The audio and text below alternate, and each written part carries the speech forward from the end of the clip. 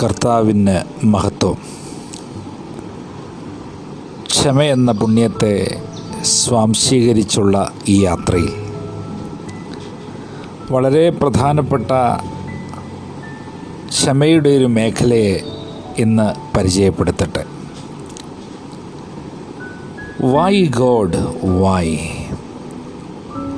ചിലപ്പോഴെങ്കിലും നമ്മുടെ ഹൃദയത്തിൽ നിന്ന് ഉയരാറുള്ളൊരു ചോദ്യമാണ്, എന്തുകൊണ്ട് ദൈവമേ, എന്തുകൊണ്ട് എന്നോട് ഇങ്ങനെ? ജീവിതത്തിൽ ഒരിക്കലെങ്കിലും ഇത് ചോദിക്കാത്തവർ ഉണ്ടാകില്ല. പ്രിയമുള്ളവരെ, ക്ഷമയെന്ന പുണ്യത്തെ അഭ്യസിച്ച് മുന്നേറുമ്പോൾ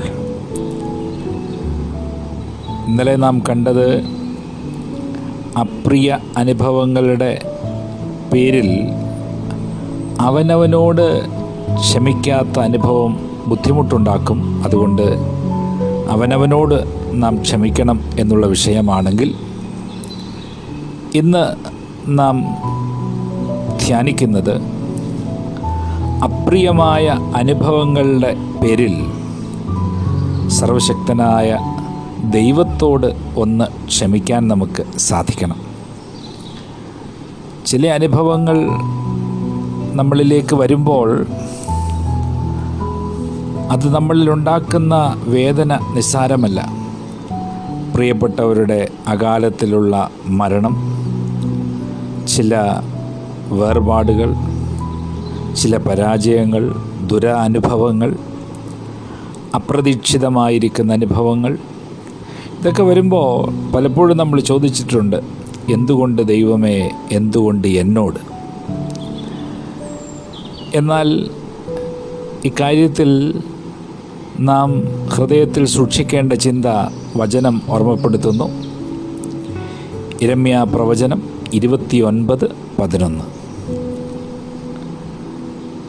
എനിക്ക് നിന്നെക്കുറിച്ചൊരു പദ്ധതിയുണ്ട്, അത് നിൻ്റെ നാശത്തിനായിട്ടുള്ളതല്ല, ക്ഷേമത്തിനായിട്ടുള്ളതാണ്.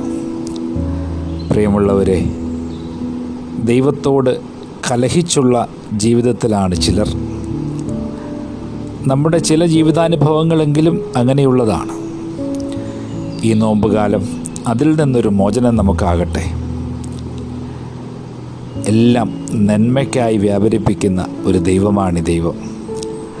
അതുകൊണ്ട് ഇപ്പോൾ നമുക്കുള്ള അനുഭവങ്ങൾ ദുരനുഭവങ്ങളായിട്ട് തോന്നാമെങ്കിലും അതിലൂടെ നന്മയിലേക്ക് നയിക്കാൻ ശക്തനായ ഈ ദൈവത്തിൻ്റെ കയ്യിലേക്ക് നമ്മെ ഈ നോമ്പുകാലത്ത് സമ്പൂർണ്ണമായി സമർപ്പിക്കാം.